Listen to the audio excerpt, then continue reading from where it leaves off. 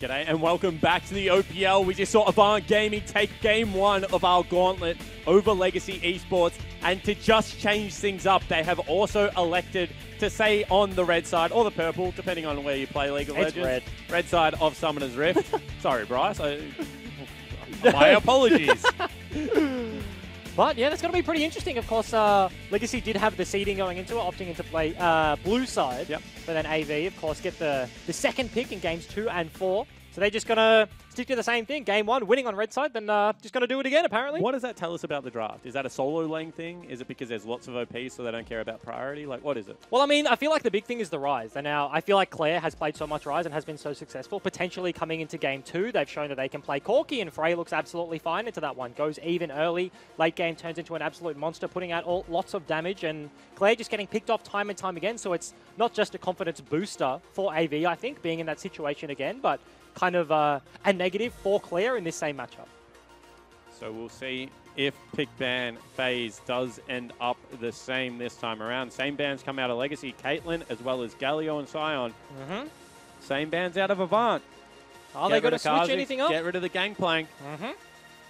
Makes a lot of sense, and it's going to be the Cassio. So, just going to ban away the same stuff. It's kind of weird expecting a Rise first pick, as we might just see it again, we do, and being the team to ban away Cassio on the red side, but obviously confident that they have enough answers. So it's just going to be almost a complete mirror of game 1 so far. I mean, it could be just a complete mirror of game number 1. Why the heck not? I feel like, if anything, you could potentially prioritize on a little bit more, but they say, no, we are happy with this draft. It might just be the Braum. I mean, this could be the exact same game. Well, we've now switched sides with the Braum, of course. The Ornn was in the hands of Mimic. Okay, here we go. That's a big thing, of course. Mimic really wasn't able to find the engages that he needed to in game 1 because of Jake's Braum. So, Decoy, one of the best Braum players in the league, honestly, going to take that one away, and they match with the Ornn as well. You say one of the best Braums, but not a great win rate. Yeah, he's got over 11 games. I think he's got about a 45%, so not just down, of course, to his own individual performance, because 11 games is honestly just the majority of Legacy games, so played it against a multitude of opponents. Yep. But overall, not too successful for the lineup, but it will just be back to the Corki, into the Rise. I reckon they're going to ban Zach next on Avant Gaming. Wow. Because this has really been similar. However, Cho'Gath does get banned away, so they're going to have to change their lineup in 2 positions. AD carry will be the same, but support and top lane will change. See if they do ban away the Zach. They were kind of thinking about it, but no, we'll just be that one banned away. Of course, Skarner was the big one. Jules is highlighting on the couch that he thinks instead of the Rek'Sai Sybil should have just opted into that one, because once you get to that later stage, they have to pay the QSS price. And you think about champions like Varus and Corki, they actually have builds that do cost a little bit of money. They do need to come online.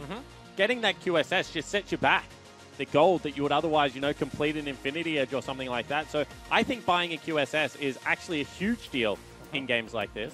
Makes a lot of sense. And it will just be the tank matchup into the Ornn once again, but this time going to be Maokai. So Pabu just cycling through all the old school tanks. This is so funny to me, because Pabu, when he was on Abyss in the OCS, just a hard carry. Was actually, no, he went real hard on tanks. Oh, okay, yeah, and then he swapped when he came in and was a hard carry player. And I just watched him, like, literally in some games and I was like, why does he just not play tanks? And he's had some poor performances during the regular split. His best performance have been on either side of the Gnar and the Ornn matchup. And this game goes towards what was previously his best champion.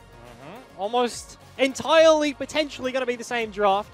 Taric, a few picks here and there. Yeah, Taric was the answer. Of course, banning away the Morgana, range support overall has been the most effective. We've seen it the most overseas, specifically LCK. Watched a few games last night as well.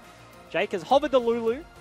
Game number 1. Will hover it again game number 2, but he's just going to lock in the Janna. This is kind of strange to me, because I think about Jake and I think, what is his best range support? And Nami just stands out by an absolute mile. However, he is a good Morgana as well. Didn't agree with his build when he played it against Direwolves, but I thought his gameplay was okay. But in a lane with Varus, I just can't think of why you would not go Nami. And he's just such an oppressive combo. I feel like it's not about the laning phase, though, because the big thing Janna has over the Nami, especially into something like a Rek'Sai. We critiqued potentially the Rek'Sai in game 1. He's going to see that one round 2. But Janna just does such a good job at keeping him off your AD carry, because he's really got one button. And if you don't get the burrow onto Corki, onto Varus, if that gets negated by a tornado, potentially by the monsoon, by anything that Janna can throw at you, then he's just not getting in round 2. And of course, every time Bryce says he is actually referring to a she in Rek'Sai. And I will continually call him out for it. It's just in my head, you know? Mate, how would you feel if I was just like, I'd feel pretty bad. You're absolutely right. I'm sorry. I She's apologize. Right. Bryce is a her. I have no idea where I'm going with this. Pabu taking a cheeky little sip of water. That's a dangerous thing right there. Open water container right next to his keyboard, and potentially one of the most important games of the split. Of course, AV have the advantage coming into this game. Feeling confident, taking that momentum from game 1 into 2. I'm not 100% sure on the ruling, but I am nearly positive that if you spill water on your keyboard, they do allow you to change. Okay. Just going to throw it out I there. think this is a real throwback. I feel like not many people will get it, but I think it was Kevin, top laner, and it might have been like SK at the time. And there was one of those times where you watched his player cam as he was getting ganked, and he was just recalling, taking a swig of water, and then realizes he's getting ganked, and he flings his water bottle around everywhere. It kind of goes all over the place. That is an old school memory. Kevin has not played in like 4 years. However, we're on to Summoner's Rift, game number 2 for Legacy versus Avant. Some things changed, but the draft certainly has not all that much for these two teams. And we'll see whether the gameplay does. Claire, in particular, needs to step it up for his lineup. Yeah, 100%. Game 1 had the advantage early game, was making plays all across the map, but unfortunately did get picked off time and time again. But to check in with AV's thoughts for this game number 2, carrying that momentum, we're going to throw it over to Laura and Charlie. Thank you very much, guys. I am here with Charlie from Avant. Now, it seems there's a bit of pressure on the team to not come 5th this split. So how have you and the team been balancing that desire so that the pressure doesn't hinder you in this series? Well, there's only 3 of us who were on the roster last year that have that sort of like bear on their back about placing 5th. It's honestly, it does on my mind quite a bit, but it doesn't really affect the team practice. It doesn't affect our preparation. There's organizational pressure on them to perform, obviously, but it's less personal. And the team was able to pick up game number 1 against Legacy. What did you think of their performance, and did it come out to your expectations? Yeah, the match went pretty much as I expected. We made a couple of errors around our cross maps and contesting river vision a little bit, but our compositions shined when we got our items, and that's when we hit the go button, and yeah, we were able to take it. Well, best of luck with this game, and thanks so much for talking to us. Thanks. I mean, I think it honestly went the way that anyone that had sat down and watched this VOD time and time again, that's how you would expect the game to play out. Scrappy team fight, picks here and there, Barons going left and right, but in the end, AV find themselves with a victory. This is the evolution of Janna.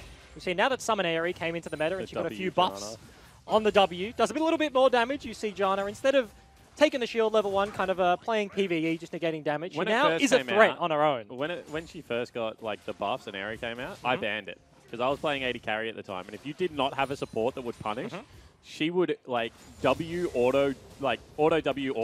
and it was untradeable as an AD carry. If you weren't on the same page as your support, you lost the trade. There was a Janna 1 trick and Challenger that was running around Spell Thieves, insta upgrade into Dark Seal, full AP. Really? And just like Death Cap, like would just absolutely just monster you. If you fell behind, it's so oppressive.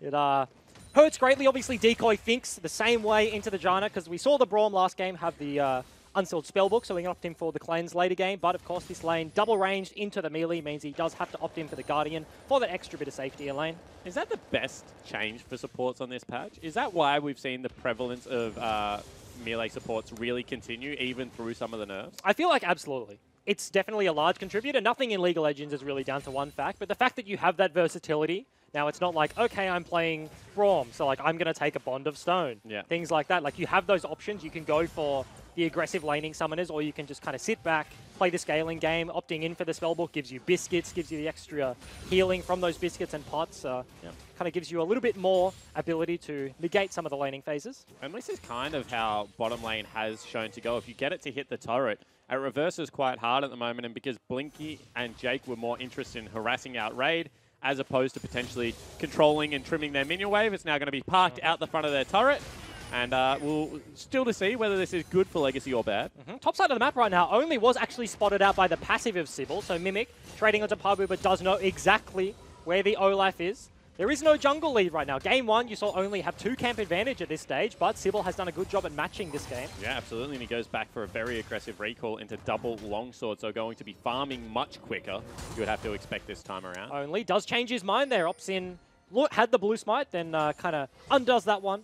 Buys himself the talisman and the boots. Of course, with that Predator jungler, you really need to have those boots to actually make use of your keystone. Yeah, otherwise you don't have a keystone master. Yeah, otherwise you're useless, unfortunately. So, makes the right decision there. Doesn't have enough gold for both. We see Cull picked up as well as Boots against Tier for the first shot. But this time around, Avant have fallen down a little bit in the laning phase. 8 in the top lane, about the same mirrored in the mid lane. Teleport now being burnt by Claire. So we'll see whether this is something that continues. Sybil going to face check only here. And once again, he's just going to take a boatload of damage. As you said, has Claire. That's going to be a flash. Rune Prism sticks, however, will fall down. Nice. First blood picked up for Claire. The bait coming out of Legacy. He knew Olaf was there, kind of baited him into the trade. Sybil takes a big chunk of damage on the engage, but Claire in his back pocket doesn't even have to burn flash from the Rise. All it is Sybil's. They get the flash from only and a first blood going over to the mid laner. And you think with the Boots, if he had been able to nail that flash before the Rune Prison came out, he would have been able to escape. However, Claire, just with a quicker finger there, really punishes. It's going to be advantage over him in this matchup right now. Does have the freeze, of course. Only dying means he's not on the map. Means Freya kind of really can't contest this one. Nice bunch of damage.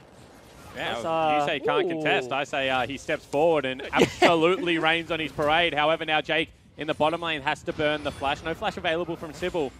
Means it would have been a tough gank to execute, but still just respects. Yeah, that's going to be the flash burn as well. As you mentioned, it's pretty interesting to think about AV's success on picks like Janna and Morgana, specifically in their series versus Order. They played both of those, and it was really in their Super Week when they had a very rough time. They tried to play these finesse matchups in the bottom lane. That was very nice out of Blinky, but unfortunately doesn't land. But they haven't had too much success. Jake has been much better on the Nami than he has on the Morgana and the Janna, but this time they avoid the first gank, and that's really the tipping point. They fell behind early to an early gank, and then the lane phase was just a dumpster from there. As soon as you fall behind in that matchup, it's incredibly hard to get back in. But safety so far, we're only 6 minutes in, but looking good for AV. However, this is something I haven't seen in League of Legends in a long time, which is the sit at turret and spell fling kind of gameplay. Yep. They're not prioritizing hitting the turret. The evolution, actually, as that's a big ultimate coming out of Pabu. Root's Mimic there. He could have continued fighting because in comes his jungler as well. Predator has been popped, and there is no way Mimic gets away. Pabu saps his magic and brings him down. Yeah, very nice route in turret range. Means Mimic's tanking that one up. Maokai. Do you know that's the name of the Maokai passive? Yeah, Sap Magic. Great passive. Yeah, picks himself up. A little bit of health on the back end as he kind of absorbs the life force of the... There was a stage where Maokai was broken and all of it was around Sap Magic. In team fights, you would just like auto attack. You have an auto attack. You have an auto attack. You're sitting in team comms just like, boys, cast some spells. Yep. Like, keep me up. Got the Night Spell procced as well on your AD carry. Just an absolute monster. When Maokai's not taking damage, you know you're in a bit of trouble when you're playing against him. Yeah. So, Pabu kind of setting himself up for success right now. Has that early kill. Also has deceptively high base AD. Well, at least did in the past. He used to have the highest based AD in the game. Oh, I didn't know that one. Okay. Which meant that he just was an absolute bloody nightmare to deal with. And before runes reforged, he used to take attack speed as well. So if he rooted you, he'd just be whacking you away. Yep. Base AD. Would wail on you. Got that attack speed. And then you'd cast your spells to get away and it'd heal. He's the ultimate tank. He actually is. Like, he is the quintessential tank in League of Legends. 100%. Late game, all he has is CC. At this stage of his game, he has a little bit of magic damage, like auto attacks. Yeah. He's got everything he needs to get himself through the laning phase. What a cool champion.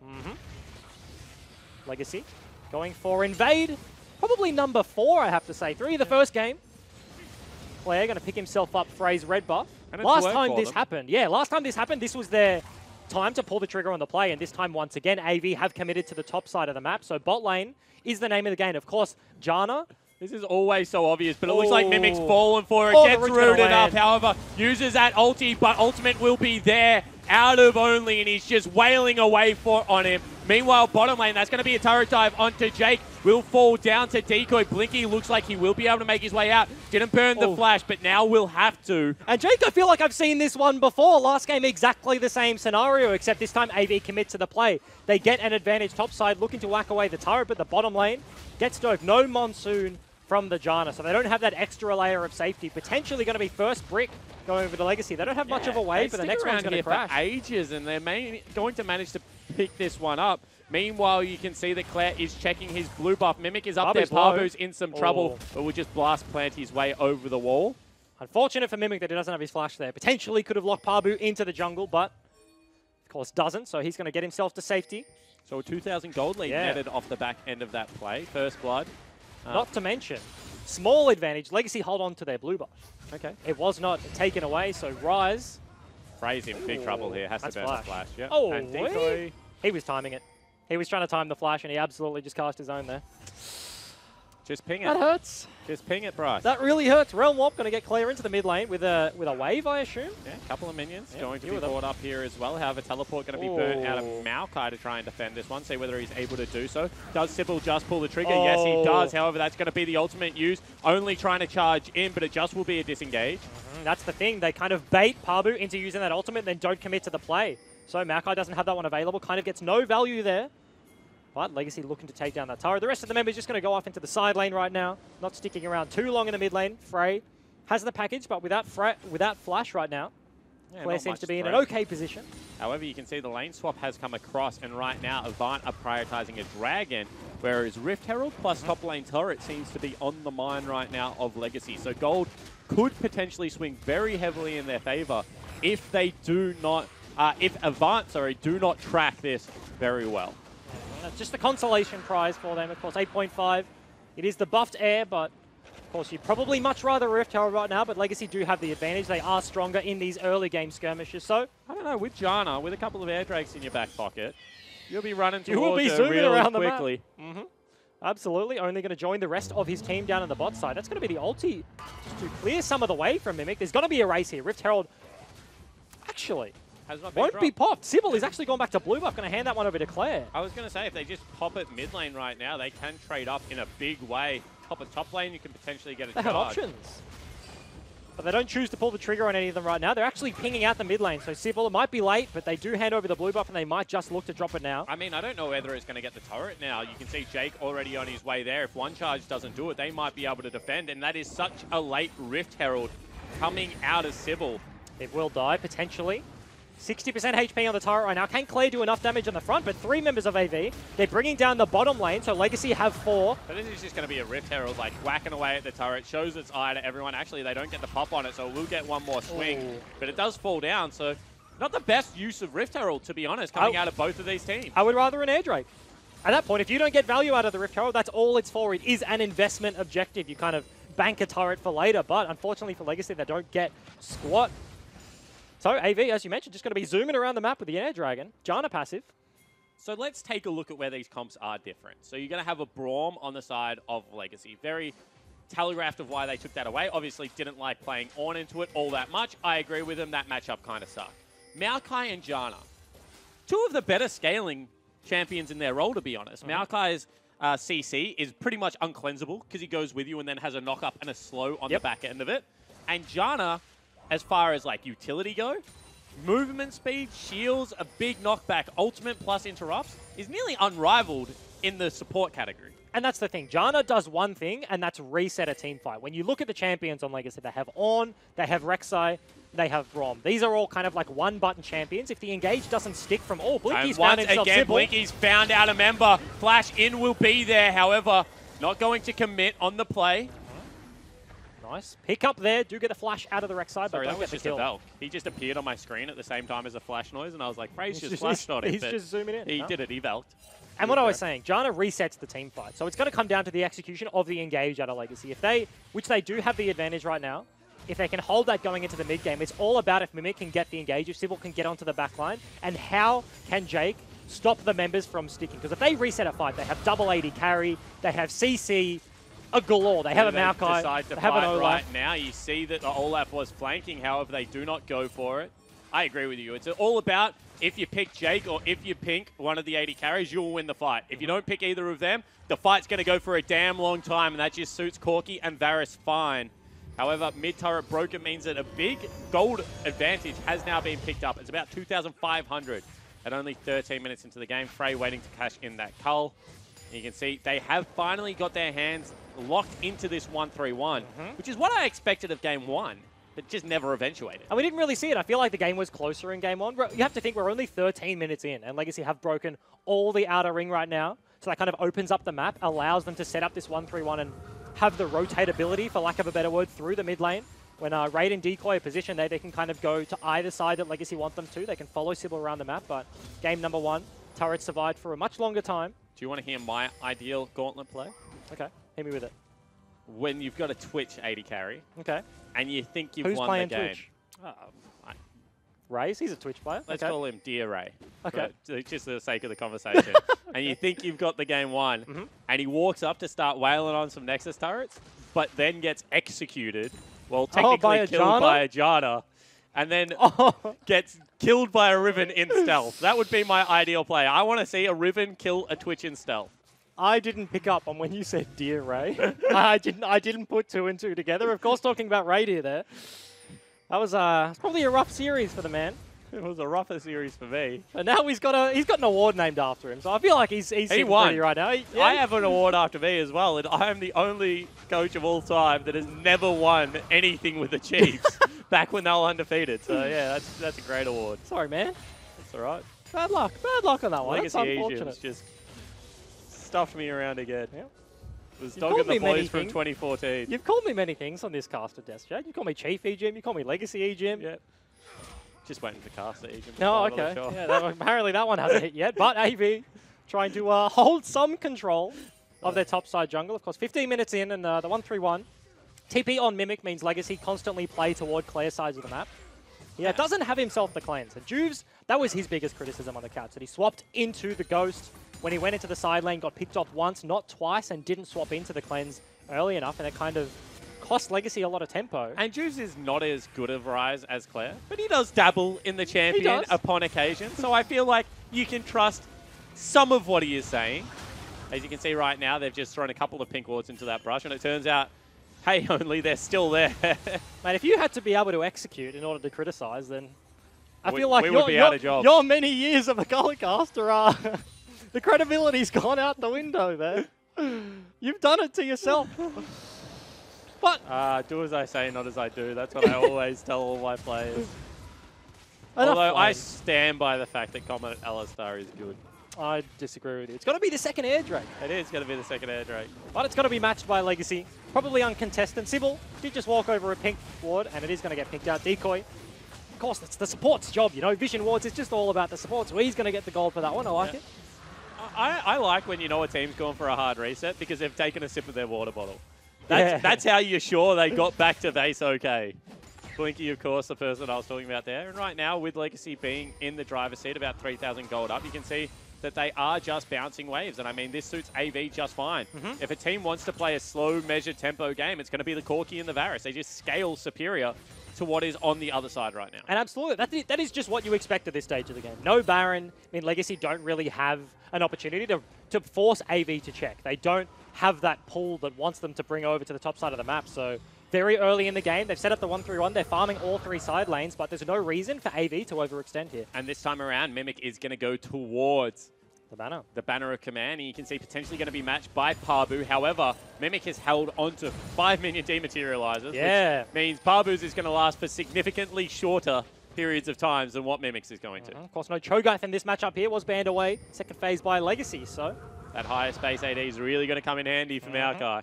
Oh. He really doesn't have it anymore either. I'm talking about 2 years ago. Yep. So he's really going to struggle.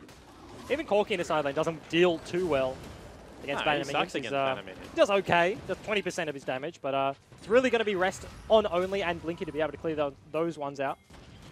Blinky's actually opted in for a different build. Yep. Of course, gone for the Ginsu's first item here instead of the Bork.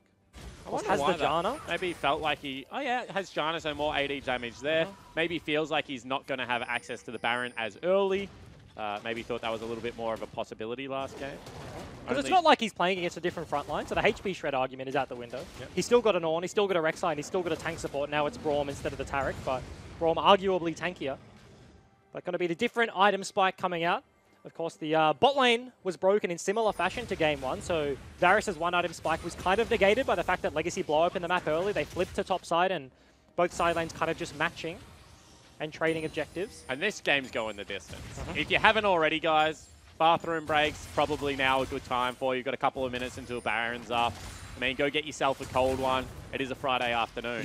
However, Parbu now gets ulted, and there's going to be a couple of members. Very nice mechanics. He can just send the ultimate towards Sybil as well as Raid if he so pleases. In fact, does not use it yet, and only is going to be here. Can he turn it around? He is so damn tanky, and in comes Shake. They've already blown up one. We'll get the reset on the fight and Pabu, the big tree that could, will finally fall down, but that is a 1-for-1 trade. Sap Magic almost comes up MVP there. He lives for just so long, and this was the perfect time to pick on the side lane. Baron has not spawned yet, so AV can't commit on the other side of the map. But Legacy looking to take more. You can see that right now, Decoy was rooted up underneath that turret. Will take about half of his health. They are just trading 1-for-1, but Claire is posturing aggressively. It's a tier 2 for a tier 1. So Legacy do come out ahead. But can they commit for more? No, they're actually going to back away. Pings go out into the bush. So they're collectively all going to base in that one. Of course, do have the number advantage for the time being, but Pabu will be spawning fairly soon. That's one of those plays that maybe if it's a little bit earlier, you try and risk it. But with Baron spawning, teleport into collapse, double TP on Pabu and Frey, you get destroyed there, that is nearly game. They're going to just run across the Baron. It would be spawning in perfect time. So I agree with Legacy's call. I don't agree with Frey's call. Generally, you back on your own pink ward, not the enemy team's pink ward. He's actually going to get cancelled there. Q coming out of Sybil. Because I was going to say big thing. It's actually quite a small thing, but it means so much, is the Rift Herald. Sorry, not the Rift Herald. It's going to be the Rift Scuttler. As we're actually just going to take a look at this one again. Pabu, very nice W on the CC, but just so many members of Legacy collapsing. It lives for a very long time and just does such a great job at keeping space with Sybil. Eventually, the knockup comes through, but Jake does arrive just in time. Flash E, Monsoon kind of re-engages, keeps Pabu alive for that extra piece of time, but of course Legacy, it's just a 5v4 in the end. They do clean up the kill eventually. But they just commit super hard to that, and they have started up. Baron Sybil, however, is so very low. However, in the top side of the map, Frey has been forced out. 5,000 health. They're not going to get here in time. Only is Predatoring in. Does have the flash, however, did not Ragnarok and roll in time. Gets into the pit and steals away the Baron. Time and time again this happens. They might even be able to pick up Decoy. Actually, they just want to fight. In goes the Corky. Picks up one. Looking for the second. Now they've destroyed the front line as well. And this is Avant Gaming appearing on Summoner's Rift and absolutely kicking ass and taking names. Mimic will also join them in the Death Chamber. And now it is just raid against the world. He can run, he can hide, and ultimately he will get away. But Avant Gaming clean house. And we talked about confidence. Sybil twice has been outsmarted by Only. That was a straight up 50-50. The AV members were not there in time to contest. Only Olaf gets in the backside. They don't hold at 3k. They don't bait the Baron. They just straight up 50-50 the fight. And it's going to cost them gold swing back in AV's favor. There's so much standing gold on the map for them to pick up. And we're now 20-something minutes into the game and they have the Baron. I cannot believe he has done this again. He just flashes in true damage plus smite. He gets 229 health. And they also win the fight. Frey TP's in with package. Look at this. That's a Rumble. That is a Rumble ulti in the backline, and Corky, the AD carries, is sitting there whacking away the entire time. You have the front line and Pabu. You have like the ultimate tank support carry set up with the Janna, the Maokai, the Varus, and the backside just contesting the other side of Legacy. That's a Mythic Plus team comp right there. You got your healer, you got your tank, you got yourself a little bit of sustained damage. Able to take on the world with that. However, you can see right now that has afforded them such luxury. They get to go back. They get a full reset, i.e. makings of Bork. You got yourself a Knight's Vow. Nearly everything you could want in a double 80 carry comp. Even the Ardent Sensor That's is the thing. there. There's that extra spike, of course. Jake going to give his 80 carry and Blinky. Just that bit of extra damage there. Hasn't opted in for the safety. Has no Locket, has no healing for the Redemption. No Crucible, because they do have CC. You have the Rise, you have the Braum. So if AV get the fight they want, you can just see them steamrolling Legacy right now. But Legacy trying to get themselves a pick. Frey's not exactly mad at the fact that his supports picked himself up an Ardent Sensor either, as now Jake is posturing aggressively, but they kind of know something's up. They're going to access through the river, which is the right thing to do. And Pabu's just waiting in base. Do they even go to the Dragon? Teleport. Yeah, they knew something was up, obviously, because Legacy just weren't on the map. The Dragon had spawned, and they got a ward in the pit. And they know that they're not on the Dragon. Of course, they have that ward. So TP coming out of Pabu. Yeah, that's an ultimate as well. Locked down onto Sybil one more time. And the support absolutely gets deleted. 4-man knock up on the back end. However, look at Janna just restoring people's HP. And now they're just zooming around with the use of those Righteous Glories. Will not be able to get the turret yet. And Legacy just walk the greedy way. They have that slow track around the back, but they don't want to give up the turret. They have the Baron buff. They have a Janna Varus. They will take it eventually, but they disrespect the engage coming out. And Sybil was actually the one that gets caught there, but it costs Decoy's life. Absolutely. Decoy tries to Superman, tries to Justice punch in with a Galio, but realizes he's a Braum. And unfortunately, he just doesn't have all that much gold. They've gone double Banner of Command. They're great items. They are stat efficient, but mostly for the fact that you get those extra super creeps. And right now, against a Baron buff, you're just not going to be able to do the work. They're looking for the contest, actually, onto the Dragon. A Mimic. Yeah, they're actually being spotted out here. In they go. They weren't spotted. Rise Ultimate will not get you to safety, and Claire again will be picked off, blown up, and join his team in the Death Chamber. Mimic now trying to kite away. Axe is just short.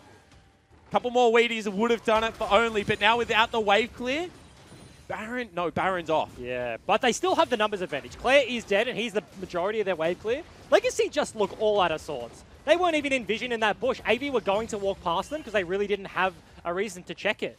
But they just walk out of the bush, Mimic and Claire get picked. Forward. Oh, nice buffer by Mimic. Yeah, very nicely done. AV will continue the siege right now. You mentioned no Baron. Jake is falling. Oh, actually, the ulti with no hesitation. Ragnarok under the turret goes Pabu. However, they do not hold aggro. Mimic goes so low. I am so confused why they retreated. However, it might have cost them their top laner's life. In goes Pabu again. He is so damn tanky. Mimic just will live on the back end of that. However, now Claire back up and available. Has the flash. Ultimate will come across, and Jake just gets sniped. In goes Raid. Looking for an ulti here. No, will not be able to find it. That is the Triforce Aegis coming out. If he had Frozen Fist, 100% does not kill Jake there. Very squishy on the Janna, but he does get the pick up on the back end only. Kind of wants a little bit more. Mimic has flanked with a TP here. Yeah. Ulti is not available. Nicely done from Only. Yep. That actually potentially could still be more, as Mimic's going to get the slow here onto Blinky. He has a flash available. Goes over the wall. But if Only does not turn around and charge the front back line there, they all die. Because Mimic gets onto Blinky, but he has nobody there dealing damage. But as soon as Only doesn't commit to that play, doesn't hold up the carries for just those few extra seconds, Blinky potentially would go down. So Banner of Command, there's no Baron buff, but they will be able to break this one. And that's double. They have a melee and a cannon. Yeah, that's nice. The Double picked up there. However, what that Baron really afforded Avant was just so much gold. Standing turret's gone. We compared Chiefs versus Bombers Baron, I think, a couple of weeks back. Well, so far, they haven't had an S Baron, like a Baron that's cracked the base instantly. But they've had 2 A Barons right now, Avant. Whereas Legacy's only Baron was maybe C+, B- territory. You're a harsh critic, but I mean, what did they do? They broke 2 turrets. Yeah, they got picked immediately and then kind of got nothing else. AV, just looking to set up as a 5-man ball right now. We see Olaf will fall off eventually, but right now they have the advantage. They have the slight gold lead, but they have double frontline, double AD carry with a healer in the back. They have the prototypical front-to-back teamfight competition, and that's exactly what they've tried to execute on this game. And you can see, once again, they're trying to collapse on the side lane. They call in the Ornhorn, however, that is a package, and he has another Vel just for good measure. Nicely done. That is a very... That's a very long-range ram.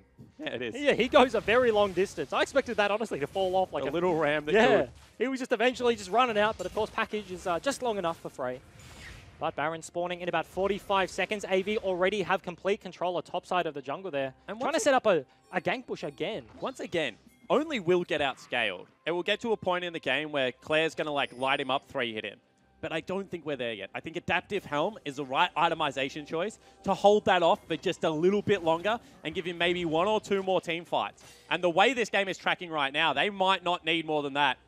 As Decoy will get a nice ward down. And you saw Only. That might have looked really weird. He was kind of stepping forward and then hitting stop and stepping forward and hitting stop. They were seeing that Rek'Sai was on vision and he was just playing on the edge of the Rek'Sai. They charge in one more time and Sybil has been caught again. So low and will get slowed again. Pabu's going to get on top of him and they blow him up. Out flashes Only. Pabu now in trouble. He's going to need a help of a reset. Will be able to get it, however, nicely done by Claire. And Jake now stepped too far forward. Blinky is in big trouble as the whole of the Legacy lineup is going to show up and take him down. And that will be Baron. And it's pick after pick, the same as last game. Someone goes down for Legacy. AV get themselves a Baron. This time they overcommit onto the carries and Claire. Very nice flash. Jake had to re-engage the team fight. They should have just sacked the Maokai, but instead cost them multiple members to support the AD carry. And once again, Legacy find themselves with a Baron. And that needed to be a call of we're going or we're not calling. Either we're going in after Pabu or he's dead to rights. You can't have one person try and do both, and that's exactly what happened, and it cost them 3 people's lives. And that's the thing. Jake hasn't gone for the Crucible. Now he finishes the Redemption, so he could have potentially killed it, because this was a nice pick onto Sybil. No flash on the Rek'Sai. They burn the Righteous Glory. Unfortunately for AV, Only has to flash out to keep himself alive, but that's basically it. But Pabu just kind of extended slightly too far. And you have to think, front-to-back team fight, sure, Only's low, but Pabu was in the thick of it. Sybil was already down. Maybe if they just committed all forwards, they could have committed to the team fight. Blinky, with the Ardent Sensor, does so much damage. But no, they just run away. Pabu gets sacked, and now they lose themselves the Baron. Exactly right, and they lose themselves the advantage they have in the game right now. The carries of Legacy are 4-0 and 4 and 4, 1 and 2. I don't think we've checked in with it, but they have the majority of the gold. That is how you want to be set up. They also have double Bannon available. So really can look to play this one out nicely. However, face check potentially there. They've charged up the NATO. They will get the knock up onto Sybil. They land the double stun, and in goes Frey. Decoy in a little bit of trouble again. However, in comes the Ram, and it's in the right corridor. Knock up is there onto Blinky, and Claire is streaming in. However, will go down very low and get destroyed absolutely immediately. Ray was not there. Mimic on the back line with Decoy is actually getting ripped apart. In flashes Jake. That is a very brave move on Ajana, but it just might have worked as 3 members of Legacy get destroyed. And AV looks so cohesive. The trigger is pulled. As soon as Claire steps slightly too far forward, the flash comes out of the Maokai. They lock him down. The biggest threat on Legacy falls down. They clean up the fight once again. And when is it call to just do nothing? Because a team that does something just gets punished every single time. When do you just say, you know what, guys, forget about it. We're not playing League of Legends today. We're playing, you know, I don't know, a different game where you don't have to go forward. Teleport Blinky coming in. Might have a flank here. Doesn't have ulti. Raid is dead. He's got flash. All right. Oh. Could have. Jake, your face tells it all right. He was very close to going back in the hitting pit. himself back into the pit. Luckily, Jake goes down to a stray ultimate. He's just dead. He's just done the blinky. He's just caught done it. something that wasn't even intended for him. He's just, he goes down. So, everything back to normal. AV had themselves 3 dragons, gold lead. Bring it back to the breath. 500, 600 between them. No Barons on either side. So, everything back to standard right now. 30 minutes into the game. Carries on both sides are ahead. And they had the capability to do damage. So it's just execution right now. This game is incredibly even. I feel like maybe 6 items, you start giving the edge to Legacy. They also have 7, but they're looking for Pabu. No flash. However, you can see they go in on Pabu, but we've seen this one not work before. A couple of ultimates used. Pabu just uses 1 in response. They just can't commit that far forward. He's already under his turret, and he's a very tanky Maokai. However, We've seen it time and time again. People not here, and in goes Frey. Flash forward, ultimate. Claire is going so low and will get sniped out, and now they can continue the chase. Onto Sybil potentially. No, not going to happen. Nothing doing. They're just going to take the pick here. Bases are actually coming out from AV, so maybe don't check commit. whether people were with the mid lane wave, because that was crashing. However, they see there's no one there, so now they continue there. Unfortunately, Spectator Man, that person is no longer on Summoner's Rift at the moment. AV, they do have the fast track to the inhib right now. Potentially could actually lock Legacy off. Sybil is doing a camp right now. Raid's helping him, but they need to be defending the base. They certainly do, and this is a team comp that can get under the turret in a big way. Ultimate is not back up and available out of Pabu. However, you can just see the zone from him and only is so incredibly big right now. They take the inhibitor and they will just back out. And the story of this series right now, we're only into game 2, but is cohesion. Legacy, can they actually catch up here? No, the slow's going to come out of Varus, so they won't, but a lot of pings are going out. AV do find their mistake, but it's about for a cohesion. Teleport potentially. You can see they're pinging out wards as well as side lanes. And they're running back. They're jogging it out the whole way. They're going. They have to. Legacy just going to keep chasing that one. They do have the capability to get behind them with Mimic, with Claire, if he does swap out for the TP, but that'd be a very brave play. But I've said it before, it's cohesion. Yep. AV make a call and they do hard commit on it, whereas Legacy, I feel like Claire, time and time again, they keep getting split off. The carries are too far forward on the side lane. He gets picked off, and as soon as one person goes down, we talked about the team fight out of AV. They just steamroll. One pick is all they need, and Claire, time and time again, has given it to them. And I'm looking at Frey, and I'm thinking, how the heck do you deal with the 80% crit Corky? And I'm looking at Blinky, and I'm thinking, this guy is not only tanky, but he's got himself some attack speed as well as a Janna. I think at this stage, Janna should just be shielding Corky. He can hit much more safely than a Varus can. Yep. You get him into the backline. We saw him kind of kamikaze with the package into the backlines. And just destroyed 3 people and lived. He's level 18 already, only 33 minutes in, 3 levels above Blinky. And this is what we said. Frey against the top 3 mid laners the top 3 teams mid laners in, Ryoma, Swiffer, as well as Triple, did not look that impressive. However, in the games that he played against Legacy, looked like a genius. And this series he's certainly got a read on Claire. And this has been 2 games in a row where AV have been perfectly fine giving Claire his quote-unquote best champion. They've given him the rise, and they've been happy to take the Corky into it. I don't even think it's quote-unquote. He is legitimately a very good rise. I think it is his best champion. They're just playing around it fantastically.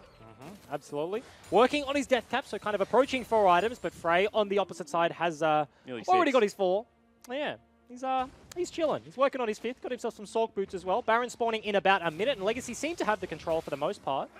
That wave in the bottom lane is pretty big. I feel like finally a team has just read the fact that if you do nothing, you're okay. Because AV is absolutely nowhere near the action. They're on the other side of the map, catching farm at their tier 2s. Ulti going to come out. Bit of a chunk, potentially onto Jake, but it does get dodged out, so we'll be completely fine there. They're actually standing on a ward right now. Don't have the sweeper, of course. Sybil has opted into keeping his yellow trinket. You see the double sweeper on the lineup of AV. They know that the Rek'Sai has that vision passive as well, so they want to sweep out as much vision as possible. Sybil doesn't return the favor, so they've only got 1 sweeper on decoy, so they kind of use it once and that's it. Makes it a lot harder to clear out the vision that AV have on the top side. They will use it now, so that's the only ward they really have in the top river. Baron spawning in 20. Yeah, and Mimic, meanwhile, has held his minion dematerializer, so they don't have as many pinks on the side of Legacy, given the fact that Raid is full slots as well as Mimic. On the side of Avant Gaming, really only Frey is the person that's not buying pinks, and hey, pink ward, BF sword, I'll probably buy the BF as well. Wards don't do damage, Jake. I am disciplined, but I am not that disciplined. That is how League of Legends work. Wards absolutely do not do damage, but AV do find themselves with access to the river. That is a value brush. Gonna wear 3 wards with 1 pink. And this is the old school how you used to get vision. You used to just walk your fat tank, and it was Maokai most of the time, into the river and just say, all right, let's go from here. As actually, that crit just did half a Ray's health. Absolutely, that's the Rapid and the Shiv proc with the IE as well. So Ray going to have to heal that one back up. Does have the lifesteal from the Bork, but he needs access to the wave, and he's not going to get it for another 5 seconds. AV, they do have the control already. They can do this so quickly as well. You can see them just posturing aggressively. I think if they just start it up, they can burn it down. They're actually looking for the bait. There is that vision that Legacy have. Decoy walks in. Oh, very close. Skims his buttocks, but not enough. And that could have been so big. We talked about earlier in the game, Decoy has the Guardian because he can't swap out for the clean. So if that lands, he goes down base immediately. Race time. Ooh. AV have traditionally won the base race against Legacy. Especially when you have super creeps in the bottom lane. And an open inhib, you get straight back to the Nexus. Pop the Predator as well. And now they finally start the Baron. The creep wave is far enough into the base that they say, fight us now. Actually, they just go forward, and they're going to look to blow up Decoy one more time. Parvu will get back into the redemption. Big However, Claire flashing forward. And you see right now that Only is on the back line as well. Jake using that. Blinky gets flashed on and will fall down. Claire now being rooted up. Can they burn him down? No, none of the carries are hitting him. And they just destroy the tank. And this will be Legacy running over the top of Avant Gaming. And all of a sudden, I talked about cohesion. Legacy pulled the trigger in a 4v5 once again. Decoy goes down on the engage, but the perfect flashes. Timed by Ray, timed by Claire. They used 2 TPs to get back to the base. Can they get the Baron? Can they 2-man Yeah, Rek'Sai? they can 2-man it. However, if Only sees it going in, he will be able to stick around. No, he does not. Claire is actually sitting in the base right now. Does have the clean, so he can swap out for the TP. He will. Because Sybil, he's got a Black Cleaver. He's not a Cinderhole Rek'Sai here. Can't actually tank this one out, so they need another member. 30 seconds on frame means that there's no response even in an Elder Drake right now. Legacy throw the Gauntlet, and they win. That teamfight was honestly so close. The fact that Jake can just reset a fight so effectively, they can burn the flash out of Parbu and pick Decoy immediately. Redemption, Monsoon comes out. They get themselves a 4v5, but Legacy, very, very nice play to get onto Blinky. He's been, really, his ultimates have been starting all the fights for AV, and that time they do get the pick. In a corridor, Rise just does absurd amounts of damage. Yeah, you can see Teleport came out of Parbu. You see Frey also back up and available, still yet to complete that item number 6. Meanwhile, Claire is getting very farm. Raid is on 6 items. Blinky's only on 3. And that is a huge difference. They pulled the bluff on the Elder Drake. They brought AV over. So they might just have a flank. No, Parbu and Only just going to walk around the long way, but Legacy with the Baron and the banner going to get access to the inhib. Does it go down? Yeah, Parbu just trying to use his BB body one more time. They catch out Sybil and they blow him up again. However, front to back team fight seems to be going the way of Legacy. Parbu falls down and the turret is gone as well. Only has to pop his ultimate to run away, and now Legacy will march into the base. But AV are so ult reliant. No chains of corruption out of Blinky. No Monsoon from Jake. They cannot contest the inhib. It's going to go down. You have to think Legacy, they don't have a smite, but can they maintain the control around the Elder Drake? Yeah, it looks like they can. However, it's just going to be an air Elder Drake. This will be the Elder Drake that builds towards number 2, you feel like, at this stage of the game. AV, pings are going down. They know what Legacy want to do. They know they don't have a smite, and they just showed on the vision right now of the Scuttle Crab. So Legacy don't actually go for the play. Yeah, they still have so Baron. Strange. They're just going to walk another wave up into the base right now. Sybil, of course, if this was old Rek'Sai, you'd be like, man, yeah, I'm just going to ulti back to the wave, you know? Like, I'll just join you guys at the inhib. Yeah, see you there. But, of course, doesn't have the farm alarm anymore, so if they do push on to the inhib, they're just trying to call the bluff, actually, once again. Yeah, you can see they've actually started it up now. Jake goes forward, gets himself a ward on it. Sybil is coming out of base, and Pabu is running at the same time, so they peel away. They're just trying to waste AV's time right now. They know that they have the Baron, and if AV hard commit to the Elder, they can just go for the base. They already break mid inhib. They want to break bot lane as well. That wave is huge, and now that Sybil has arrived at the Elder, they can actually attempt to take this one And down. they're going to do it so damn quickly. However, Only is about to run in. 5,000 health. You will see it now. Ornn sounds the horn, and that will be enough to secure the objective. And that choke point just way too scary for AV. Of course, the Ram is the perfect size to fit down the corridor. Yep. So as soon as they pull the trigger on that one, as soon as Call of the Forge God does come through, That is a AV huge just back top away. lane wave as well, and they're going to have Baron as well as Elder for it. It already took down a turret just with a banner of command creep. In goes Frey, however, and Sybil, you gotta stop doing that, buddy. Still doesn't have flash right now. Has been picked off time and time again, but AV potentially looking change Throw out the and shade. miss. Oh. So close yet so far, and you can see double banner of command, Baroned up, siege minions are just wailing away at this turret. No one else needs to hit it. I found the solution for 8.5. Sure, you lost half the damage on the siege minions, but you just bring 2, and then suddenly the turret dies in the same frame of time as 8.4. So Legacy break the base of AV in 2 Can they ride this even further? places. No, they do back away.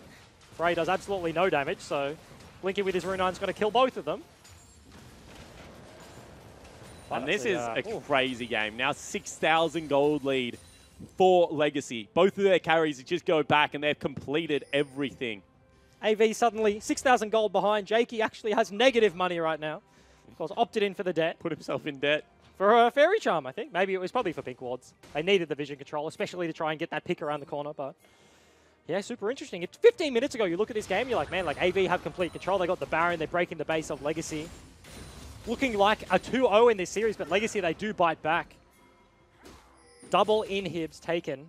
All 5 members with almost all 10 summoners are available for Legacy, and probably just over 30 seconds. They're going to look for the 4th. Have to think that part of the reason is that Pabu went for the pseudo-tank items. He went for Abyssal Mask and Righteous Glory, as opposed to something like Adaptive Helm and Randuin's Omen, for example. Would have just meant that he was so much tanky on those items, and now, sure, he's trying to buy components. That's going to be an Adaptive Mask picked up next. But for right now, he just does not have the stats to frontline, even as a Maokai. They have no Baron, so the wave dies very slowly. But you see Sybil for Legacy in the mid lane trying to push that one in. Frey did just deal with the top side of the map, but these super creeps eventually will push the waves into the base. Legacy just going to hold AV here for as long as possible. They do have the poke. If a Rune Prison lands for Rise, or if Ray gets a significant chunk of damage, they might just pull the trigger. They still have the Elder. He did actually just fall off. That was the last tick right there. That's going to go down 2 minutes on the Baron, but they're still posturing around the inhib. And I think right now, AV just wait. They say we can wait the 2 minutes for the next Baron. Hopefully we have another tank item by then, because that's really what they're waiting on. Can Pabu go in, lock down Claire, and not die in response for it? And Blinky needs another completed item. He's only got himself 4. Tornadoes. Constantly being channeled by Jake. 40% CDR. Just trying to find a window. They are basically non-stop. That's a banner. In goes the banner. However, it's not a Baroned up banner, so it will get chunked out very quickly. Doesn't have the extra range, so just going to walk all the way into the turret there. Blinky going to take that one down with ease, but now the waves are in the base. Top lane has crashed, and Frey has gone over. So Legacy right now, they know it's a 4v5 if they can pull the trigger and engage right now. And this is super interesting because they're valuing the quicker wave clear of Frey over the fact that other people on the team need gold. If that's ideal, Blinky's over there catching that wave and trying to push it back out. However, he doesn't have the teleport, doesn't have as quick a wave clear as the Corki. So you see that right now, Frey is still eating CS when he is completed items. Blinky just going to catch the wave that is under the Nexus turret. Of course, 1 minute, when 45 do you sell seconds. your boots? When you can afford another whole item, really. Is it going to be Essence Reaver? Maybe. 100% crit, mana back, as well as the fact that it will give you 40% CDR. It's going to be a big spike. You talk about late game items. Of course, Mimic's playing on. So if this does get to a 6-item game, suddenly Legacy, they've got 7. They've already done it. They do. They have the Triforce, the Super Duper Triforce, and the fancy mask. Abyssal mask upgrade. Yep. Whatever the hell you call that one. No idea. 15 seconds on the Baron. Legacy took the tempo base before, and so they do have the control around this objective. AV are going to have a hard time clearing it out. You have 45 minutes into the game, so suddenly only not providing a whole lot of CC. It's really all on Pabu to be able to lock members down for Legacy. AV are fairly split right now. Frey topside. And he went with a stone plate. He felt like he needed the best of both worlds. Needed health on top of what he has, as well as armor and MR. But that just means that with no adaptive helm, that's a 3-item tank, 3.5-item tank versus, the completed 5 for Mimic. He is so much tankier. Real tank items there. Pabu going to that. take a nice little Q to the face. Yeah, he takes so much damage. Okay. Into a Banshees. Does pop that one. So What? Blinky and AV probably just going to have to wait to the back of that cooldown. But Legacy, they do have Realm Warp. So if they can keep posturing into the base, if they can push up mid lane, they can go back to the Baron and they can insta-clear it. Rise, Ezreal has a balk. They do the Baron so quickly, but no, they're just looking to clear out some of that vision. AV have themselves a bit of a flank right now. Yeah, and you can see right now they're posturing so aggressively Legacy are because they very feel like split. they're split. Raid is on one side with his support. However, top lane is also starting to push in. Bottom lane has a couple of banners in it for sure, because that is a horde of creeps about to push into the base. It's going to be a recall coming out from, you have to think, Frey potentially. Has the TP, so he can go back, get a package, and clear out some of that waste. But Legacy just playing the delay game right now. Haven't even started up the Baron yet, but they will see Frey on top in hip right now. Do they choose to pull the trigger on the Baron? He has to go clear out bottom as well. He can't allow that to go down. However, he will not do so. 10,000 health already. We already said how quickly they do it. They just peel off, and they're going to let that creep wave down bottom lane, take the turret. And it will fairly soon. Frey actually going back top side. I feel like Legacy will not 50-50 this. Sybil cannot have confidence in the 50-50 smite. That's 2 from 2 times. Only has stolen that one away once already this game, and he does have the flash. So he's an Olaf, no dash, but can get over the wall if Legacy do choose to take that one down. And you can see they're just still pinging out the fact that they have the superior creep wave in that bottom lane. Now, finally, Avant will move forward, and they will just start hitting the wards immediately. And the choke is kind of bad for both teams. You have Ornn, Braum, Rise, who excel on the choke point, but then on the other side, if you can fight in a choke for AV, Jay can reset and just be free healing on the backside. Pabu tries to recall, gets Pabu chunked. blinking with Runarns. The positioning around this Baron is so important for the success of either team's team right now. There's no pinks on Legacy. Yeah, Frey lost his package and he's still going to recall. He still has TP. Legacy going to have to start it up However, again to where is bait the wards AV. to be able to go in? They're going to have to TP right now. You feel he's going to stick around for one more wave, and it's already down to 7,000. Frey, you need to come join your team. He finally will. Decoy takes half his health. That's call of the Forge God. However, that's going to also be Pabu's ultimate, and they're just jockeying back and forth, and ultimately no one wins. But a lot of ultis burn from AV, all 4 except from the spammable Corki. Does he really have an ultimate on the other side?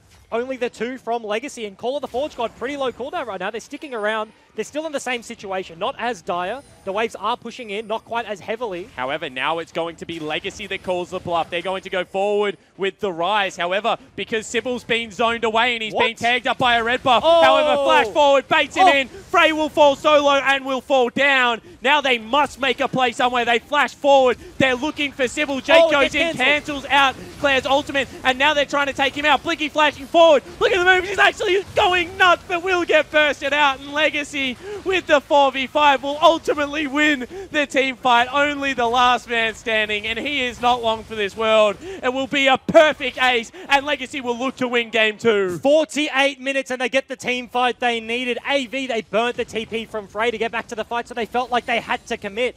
Legacy get the turnaround. Yeah, they certainly do, and they will be able to pick up the first turret with a Banner of Command minion here. Turret number 2 will fall very shortly, and in 48 minutes, Legacy will tie us up 1-1. What the hell is going on? That was such a back and forth game. At 25 minutes, AV got it in the bag, absolutely. Legacy make the turnaround play, and they hold on for so long. Such a controlled game. That was like a Baron dance. What, for like 2-3 minutes solid? Yep. Like double banner creeps. Super creeps topside, banners bot, taking down turrets in hips left, right, and center. And that's what Rise does. I was like, why are they just not going to go to Elder and try and trade? Well, with Baron, with those Banner of Commands creeps. With Rise, you can just take the Baron, immediately port top, and you'll probably win the game before they do it and get back. Just the pressure that Claire was able to put on the map, as I get rid of my lollies, was able to put on the map was incredible. But honestly, that was like incredible at very specific points in the game. Yep. Because I feel like Claire, once again on this Rise, did get picked off time and time again. That was how AV got into the lead.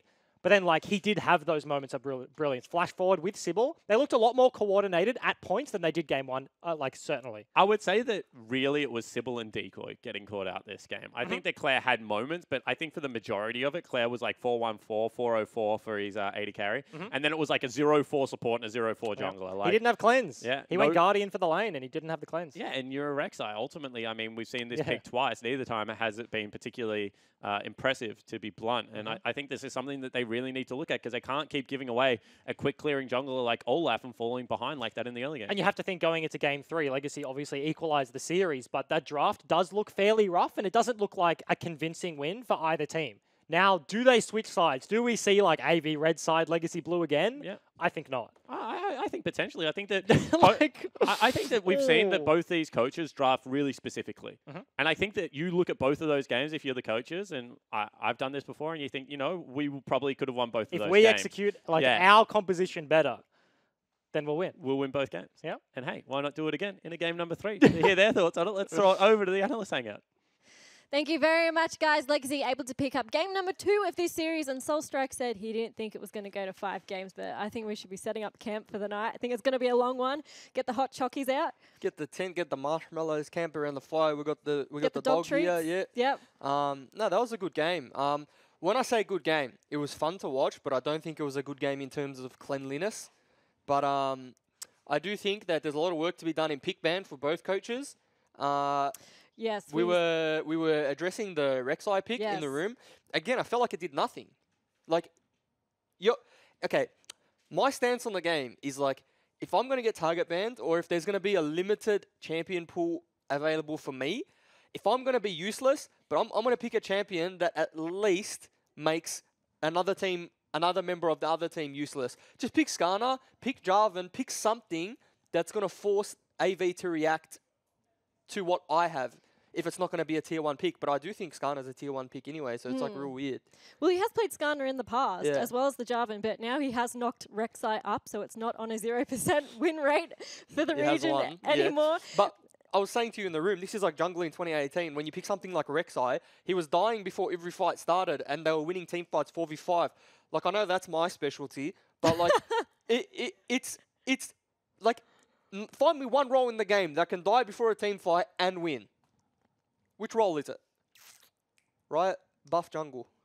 Buff jungle. Don't nerf it anymore. But Legacy solo lanes were the heroes of this game, and Juice, we're going to talk about that team fight around Baron that swung the game in Legacy's favour. We have a replay of it. Walk me through it. So this is the one. This is the Baron call that. No, the Baron that actually got stolen.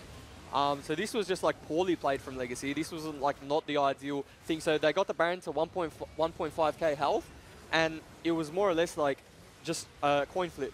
Like, yeah, let's decide this Gauntlet on a coin flip. The thing to do when you're doing these Barons is keep the Baron health on 3k, because Olaf has no vision, like at all. He was just guessing when he flashed into that pit. If it's on 3k, he flashes in and you can just one-shot him. And yeah, they improved later on in the game. Like, they made better Baron decisions. I think we have a replay. We did have a replay of Legacy doing well around Baron. Yeah. So this is the one. This is the one where Legacy actually had. This is where Legacy actually had the pressure on them. This is where they were like, they had to do something. So they grouped as a 5-man. They juggled with the Baron. AV started, but they were patient enough to let them turn off, and then they just took the 5v5 team fight. And this was like one of the rare occasions in which Legacy had 5 members together within helping distance of each other. Every fight before this one was Legacy just like getting caught in jungle, solo man warding, Claire getting caught, or just everyone getting caught. This was the one fight that changed the tide of the game, because they recently just lost an inhibitor there. And this was just a prime example of, if they stick together, we know they're a good team fighting side. And this game, they won through 5v5 team fights. It's just a matter of whether or not Legacy can stick to the plan of getting these 5v5 team fights, because it feels like at the moment when they get like a 1 or 2k lead, they just get like I don't know if it's like an ego, or they just get like real excited and they're like, oh, I'm gonna go all in by myself. I've got a gold lead, and then they're like, oh wait, it's only a 1k gold lead and it's probably not on me, and then they just get melted. So I'd like to see more of those 5v5s, but setting up for them properly. So coming into this game, Avant opted to stay on red side. For those that are watching that may not know the advantages of picking red or blue side, why do you think Avant opted to stay on red? I think AV opted for that because they knew. I think they know Legacy have a high priority on this rise. So if they give AV first pick, they know that. If they give Legacy first pick, they know Legacy is going to first pick the rise all day, every day. And they are happy trading that rise for Olaf and Varus, because there's 2 games now where Blinkies look quite comfortable on Varus, and they've pretty much, they have insta-locked Olaf when it's been available. I think for me, Olaf is the best jungler in the game right now. There's nothing that out-farms him. There's nothing that out-skirmishes him. There's, I guess he doesn't scale into the tankiest thing, but the damage should be done before that. And the damage has been done. It's just that there's been a game of throws, really. And wave management in the late game with Banner of Command was a huge part of how Legacy were able to secure their win. Walk us through what's going on here. So this fight was good because not because of like how they set up in the jungle and what they did here, but if you look at bot lane and top lane, their waves were all pushing in. So this was a prime example of Legacy using Banner of Command to their benefit. They danced, Baron, they waited, they had all the time in the world because they set up their waves so that it was slow pushing into AV. AV knew if they sent someone to the bot wave, if they sent someone to the top wave, Legacy's got to force the Baron. So you get caught in these 2 minds of should we fight, should we clear the minions? AV looked like they were in those 2 minds where they didn't know they wanted to fight, they wanted to clear the minions, then they wanted to contest the Baron. But that all stems from really good wave management, having bot lane push in, mid lane push in, and top lane push in all at the same time. And you force AV to just think on 3 to 5 second like intervals. Oh, do I have to go to this wave? Do I have to go to this wave? You saw the bot lane wave basically took the tower and almost inhibitor on its own just huge. from 1 banner minion. And it just built up the wave. So that's like that's the beauty about like real good wave management. And that was probably the one instance in that game where I could say like, this is actually good wave management, good macro from Legacy. Well, in case you haven't noticed, Bailey has disappeared. He's gotten himself all set up for game number 3. He just uses me for treats. I just used and abused by the dog. Yeah. Well, he thought Avant was going to win, right? So that's true. He's not a happy dog at the moment. Yeah. But before we get into game number 3, we've had a tweet come in about ideal MVPs and plays they will make. This one comes in from Sebi, who says, I want to see Triple make a statement against everyone who says he's a downgrade from Fantix. But I want Order's plane to get stranded and only FBI and Rogue to make it to the studio. But they look up into the sunlight and see Juves and Ryoma. And who's that behind them? It's Dokla. Manka S, Manka S, Manka S. Niship, Dokla, Doshi. Yeah, that were good times. He's doing pretty good. Yeah. I'm gonna claim it. I'll claim it. I'll put it on my resume if I ever apply for a job anywhere. I'll say Niship Dokla Doshi was my protege that I picked up. Again, I probably had nothing to do with his success, but it's nice to think that I did, you know. And then look, I've got investments into this gauntlet now that I think of it. I've got LCS Dokla. If Ryoma wins OPL, I can just say, yeah, look, that's all me. And if you want to deny it, deny it. But then if Order win, I can say FBI and Rogue, I invested in that like an investment property. I invested in it. I didn't pay much for it. And now it's just $300,000 return, 1 world, OS on the map. They'll put a statue of me outside the studio soon. You'll be like a new champion in the game, and they'll make a statue of you. Yeah, but they'll probably have to make a new map because I won't fit in the map 6'5" and stuff. It's 6'5" now. Yeah, we've gone up. Sometimes you grow, sometimes you shrink. I've grown. You've grown. Yeah. Okay. On that note, we're going to head to a break, but when we get back, we're going to have game number 3 between Legacy and Avant. Don't go anywhere. Steals away the Baron. Time and time again this happens. They might even be able to pick up Decoy. Actually, they just want to fight. In goes the Corki. Picks up 1. Looking for the second. Now they've destroyed the front line as well. And this is Avant Gaming appearing on Summoner's Rift and absolutely kicking ass and taking names. Claire is streaming in. However, will go down very low and get destroyed absolutely immediately. Ray was not there. Mimic on the backline with Decoy is actually getting ripped apart. In flashes Jake. That is a very brave move on Ajana, but it just might have worked as 3 members of Legacy get destroyed. Blinky gets flashed on and will fall down. Claire now being rooted up. Can they burn him down? No, none of the carries are hitting him, and they just destroy the tank, and this will be Legacy running over the top of Avant Gaming. They flash forward. They're looking for Sybil. Jake goes in, cancels out Claire's ultimate, and now they're trying to take him out. Blinky flashing forward. Look at the moves. He's actually going nuts, but will get bursted out. And Legacy, with the 4v5, will ultimately win the team fight. 48 minutes. Legacy will tie us up 1-1. This is Kaisa, daughter of the Void. To survive among predators, Kaisa became one. The daughter of the Void hunts with a symbiotic second skin, adapted from a living Void creature. Are you the hunter or the prey? Welcome to the Kaisa Champion Spotlight. Look closely, and your prey will show you how to kill it.